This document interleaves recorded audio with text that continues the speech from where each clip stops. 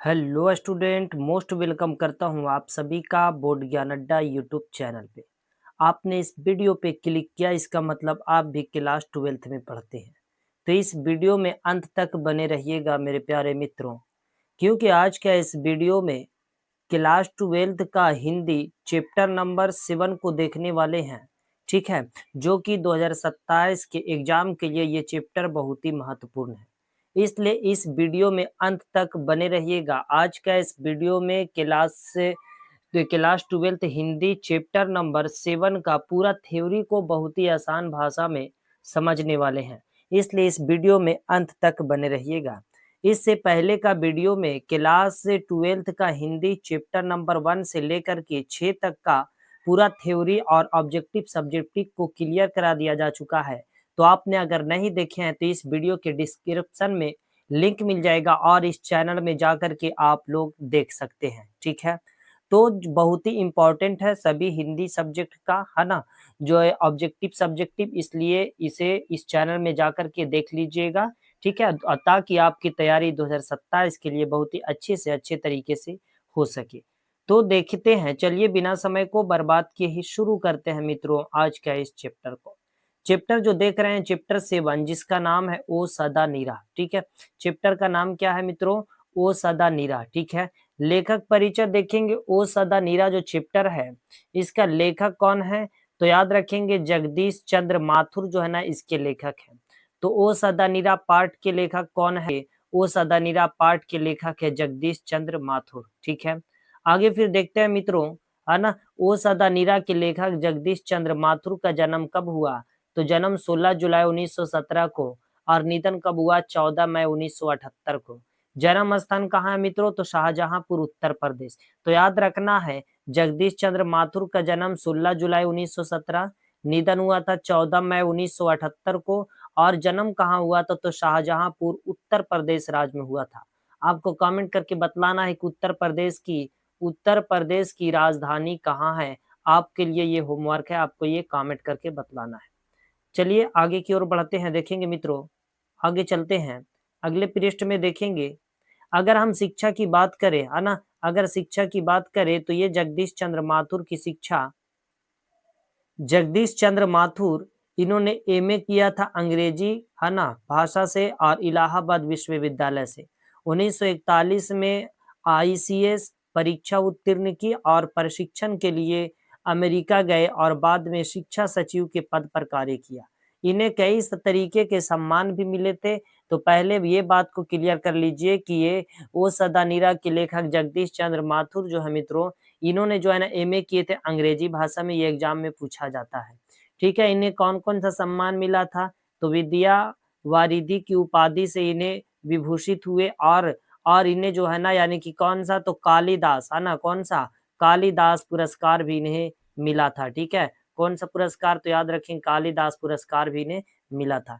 बिहार राजभाषा पुरस्कार से इन्हें सम्मानित भी किया गया था। तो बिहार राजभाषा याद रखेंगे, बिहार राजभाषा और कालिदास, है ना, पुरस्कार इन्हें दिया गया था।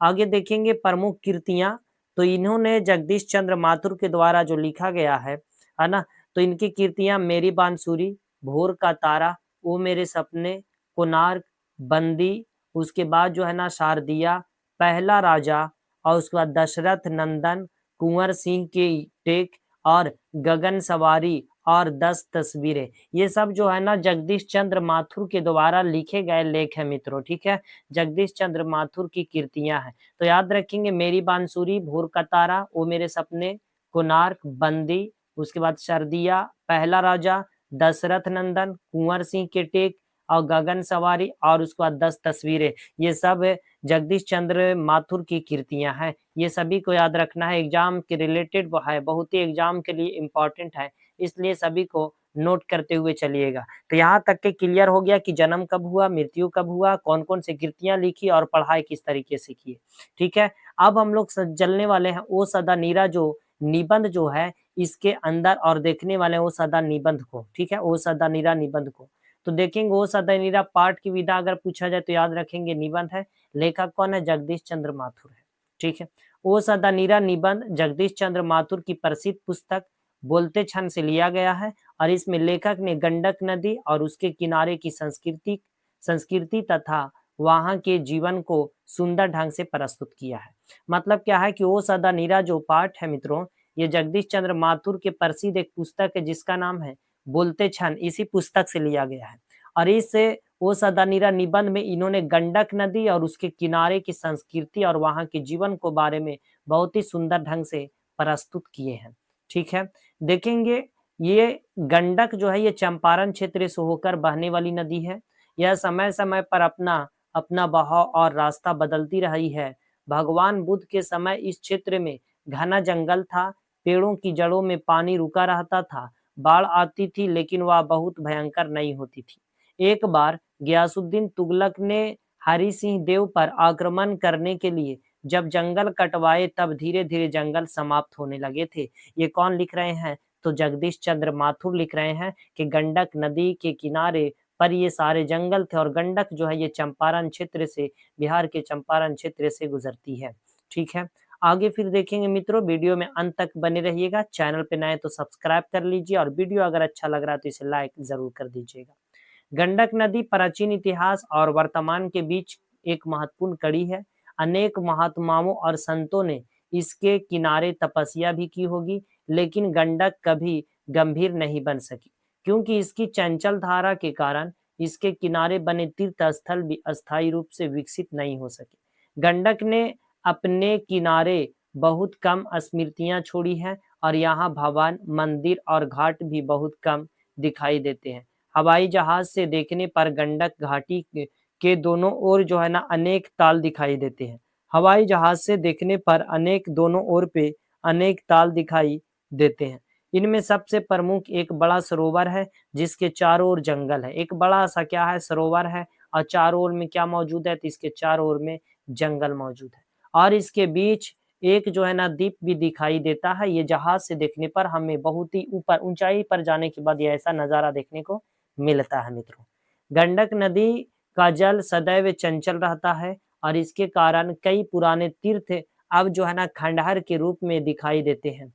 वैशाली क्षेत्र में भारतीय इंजीनियर जंगल के बीच निर्माण कार्य कर रहे हैं। उन्हें देखकर लेखक को ऐसा लगता है जैसे वे नारायण की भुजाएं हो, है ना। किसकी भुजाएं? तो नारायण की भुजाएं हो। आगे की पंक्ति देखेंगे मित्रों, क्या लिखते हैं जगदीश चंद्र माथुर जी? तो लिखे हैं, और बिजली के तारों का जाल उनका चक्र हो। लेखक मन ही मन इंजीनियरों और मजदूरों को सम्मान देते हैं और कहते हैं कि क्या इंजीनियर का जो है ना कमाल है, और ये इंजीनियर की कमाल जो है ना देखने को मिल रही है। लेखक गंडक नदी को अलग अलग नामों से संबोधित करता है। ओ सदानीरा, ओ चक्रा, ओ नारायणी, ओ महागंडक। युगों से गरीब और साधारण जनता इन नामों से नदी को पुकारती रही है और नदी के चंचल धारा ने पुराने धार्मिक स्थानों को भले ही नष्ट किया हो, लेकिन अब जिस मंदिर का निर्माण हो रहा है उसकी नींव में इतनी मजबूत है ना, बहुत ही ज्यादा मजबूत है। मतलब जगदीश चंद्र माथुर ने गंडक नदी को कई तरीके से नामों से पुकारा है। जैसे पहला नाम ओ सदानीरा, उसके बाद ओ चक्रा, उसके बाद ओ नारायणी, उसके बाद ओ महागंडक, उसके, है ना, ये सारे नामों से यानी कि 4 नाम से इन्होंने पुकारा है।